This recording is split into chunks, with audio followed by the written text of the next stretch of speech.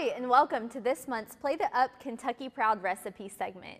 My name is Kelly Burgess, and I'm your Family Consumer Sciences Extension Agent here with the University of Kentucky Cooperative Extension Service in Allen County.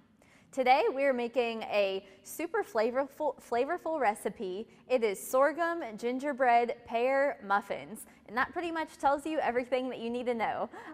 So our two staple produce items that we're highlighting today is Kentucky sorghum and pears. So of course we don't grow pears quite as much.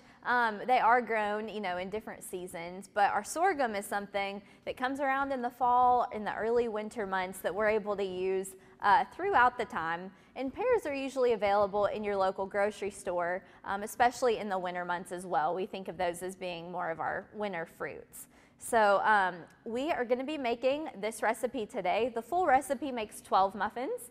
I'll be making 6 muffins, but I'll let you know what the ingredient amounts are for the complete recipe in case you are ready to make this at home.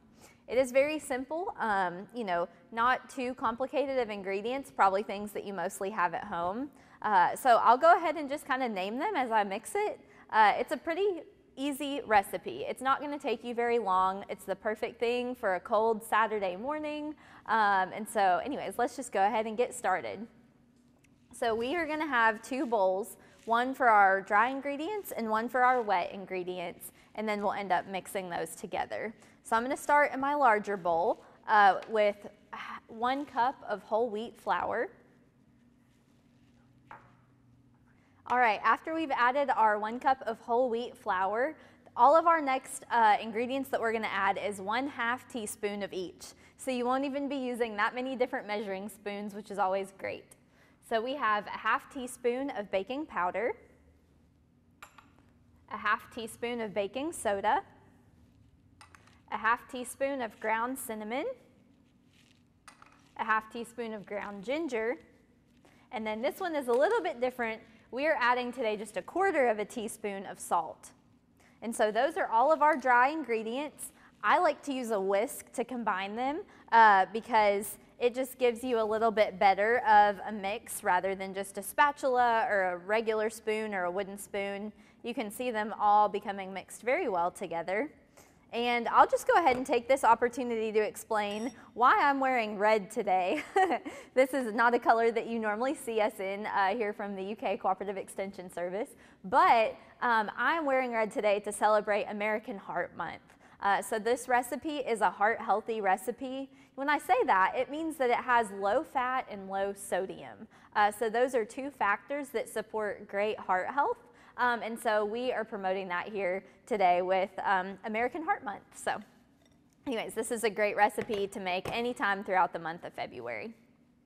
All right, in our next bowl, we are going to be mixing our wet ingredients, which includes 1 egg.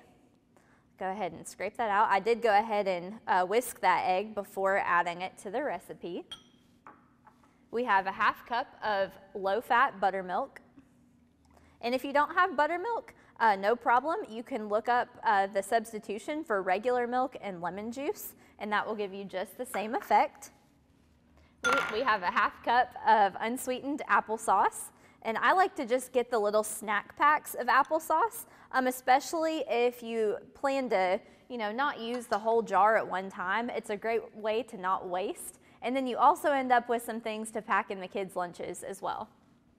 And then our highlight, we have 1/2 cup of Kentucky sorghum, and this is a thick, sticky, delicious sweetener.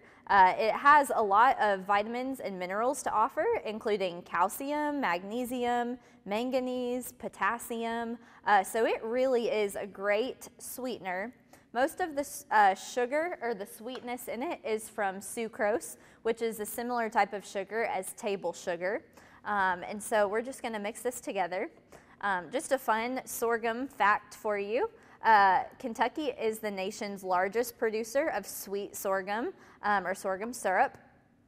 And Kentucky and the surrounding or its neighboring states actually produce 90% of the sorghum output in the United States. So it is a southern staple. It carries a lot of nostalgic factors. People love to put it on biscuits or pancakes, use it in some of those old-timey folk recipes that give you just that really classic flavor that we all know and love.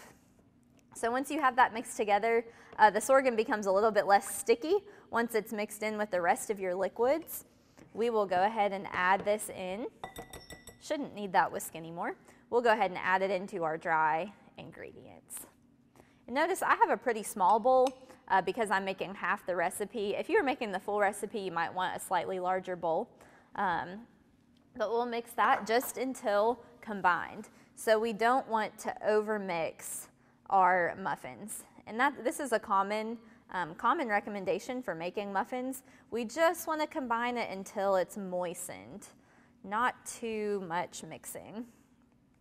So just kind of folding it around will give us exactly what we need. On our sorghum, a lot of people might not know the difference between sorghum and molasses. They are similar in flavor. Sorghum has a slightly different flavor, so you can substitute them a 1-to-1 ratio in recipes, but you will end up with a slightly different flavor profile. So you can see now that this is mixed together just enough. We're going to go ahead and fold in our one diced pear. Now, we have different pear varieties. You can probably find Bartlett, Danjou, Asian pears, and Bosque pears are the most common that you'll see in the grocery store. And pears do not ripen on the tree.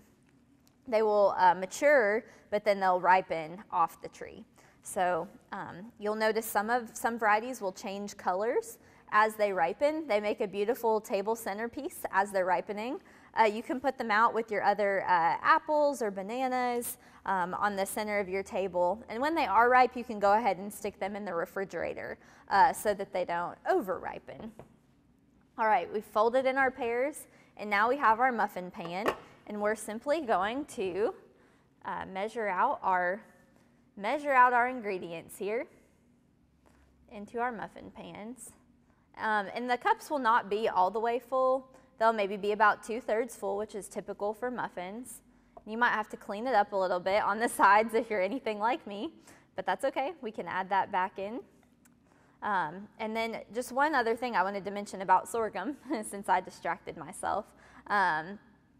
Molasses, the other main difference is that it comes from a sugarcane plant, where sorghum is, the actual plant is sorghum. It is made by crushing the stalks and extracting their juice.